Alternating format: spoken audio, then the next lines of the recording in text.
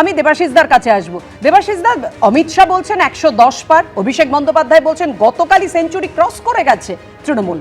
CPM এর target কি?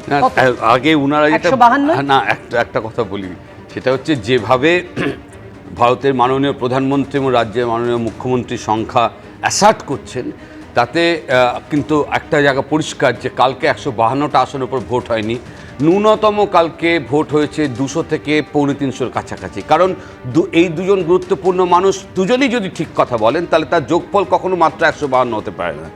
এক, 2 নম্বর কথা হচ্ছে যে কালকের 92% যে ভোট নিয়ে 93+ এখনও পর্যন্ত যেটুকু আনকনফার্ম খবর পাওয়া যাচ্ছে, এইরকম একটা জায়গায় হয়েছে।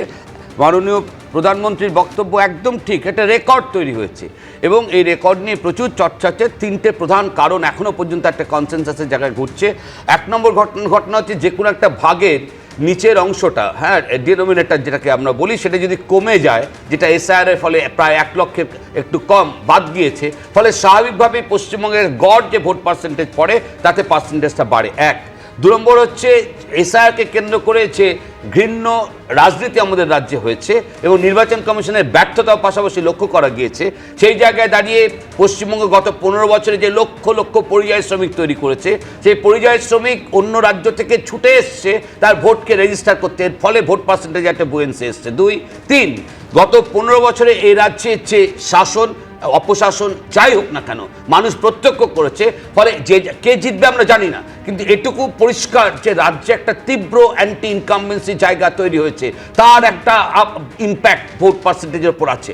তো তুমি বামেদের কথা বললে, আমি আজকে দাঁড়িয়ে এখানে যদি কোনো কথা বলি, স্বাভাবিকভাবে যাদের সমর্থনের কথা বলছি তাদের আজকের তারিখে বিধানসভায় আসন শূন্য। হ্যাঁ, এটা মনে রাখতে হবে যে সেই বামপন্থী একটা মতাদর্শ, এটা কোনো আঞ্চলিক দল, সর্বভারতীয় আঞ্চলিক দল নয়। এটা মনে রাখতে হবে যে এটা এই মতাদর্শকে কেন্দ্র করে যে রাজনৈতিক চর্চা, এই শূন্য সংখ্যাটাকে বিধানসভায় রেখে এবছর হচ্ছে, তাতে নিশ্চিতভাবে ফল প্রকাশের পর 2টো বিষয় নিয়ে আমরা সবাই আলোচনা করতে বাধ্য থাকব। একটা হচ্ছে কত শতাংশ মানুষ এই ভোট পার্সেন্টেজে বামপন্থার পক্ষে সমর্থন রেখেছে, আর এই শূন্যর গেরো কাটানো যাবে কি যাবে না, মানুষ এটা ঠিক ভোটাধিকার প্রয়োগ করেছেন যে শতাংশ দেখে তৃণমূল বিজেপি অর্থাৎ শাসক বিরোধী দুপক্ষই সমানভাবে উচ্ছ্বসিত। আমি বিশ্বনাথদার কাছে আসবো। বিশ্বনাথদা, 92.35% ভোট পড়েছে প্রথম দফার ভোটে, কিসের ইঙ্গিত?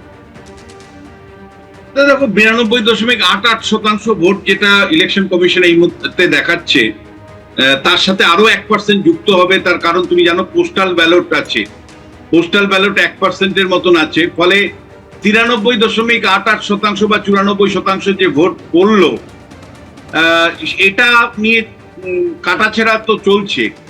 কিন্তু লার্জলি আমি বলবো যে 3টে মেজর কারণ অবশ্যই। একটা হলো যে 63 লক্ষ যে মৃত নাম, স্থানান্তরিত নাম, এই 63 লক্ষ নামটা যখনই বাদ দিচ্ছ, তুমি 10-এর মধ্যে আগে 6 জন যদি ভোট দিয়ে থাকে, এবার 8-এর মধ্যে 6 জন যখন দিচ্ছে, তখন ভোটের পার্সেন্টেজ অটোমেটিক্যালি বাড়ছে। কিন্তু সেই বাড়াটাও কিন্তু একটা অস্বাভাবিক বাড়া। এবিপি আনন্দ, এগিয়ে থাকে, এগিয়ে রাখে।